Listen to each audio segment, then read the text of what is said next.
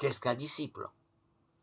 Une personne qui reçoit l'enseignement d'un maître afin de se laisser guider par quelqu'un de plus avancé, en savoir ou en sagesse. Cette relation est par nature inégalitaire.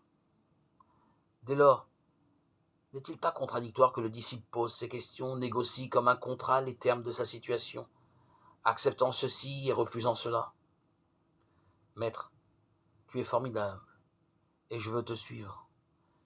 Mais dans l'Ancien Testament, le prophète Élie réagit avec une légitime rudesse lorsque le jeune Élisée, qu'il a choisi pour successeur, paraît peu pressé de le rejoindre.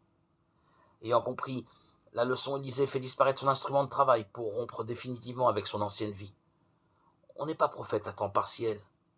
Jésus est lui aussi confronté à la difficulté de trouver d'authentiques disciples. Jacques et Jean se croient sans doute très zélés en proposant de punir les Samaritains inhospitaliers. Mais ils n'ont pas compris que le Sauveur ne s'impose jamais et qu'ils n'ont pas à juger leurs frères. N'y a-t-il pas pour autant des raisons légitimes de différer un peu le départ à la suite du Maître?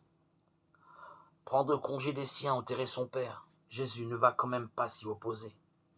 Eh bien si, car le royaume est prioritaire, car l'annonce de l'Évangile passe avec toutes nos bonnes raisons. Jésus trace son chemin vers Jérusalem, là où l'attend la croix. Il n'a que faire des disciples tièdes ou timides. Esprit Saint, viens enflammer nos cœurs à la suite du Fils qui nous entraîne vers le Père.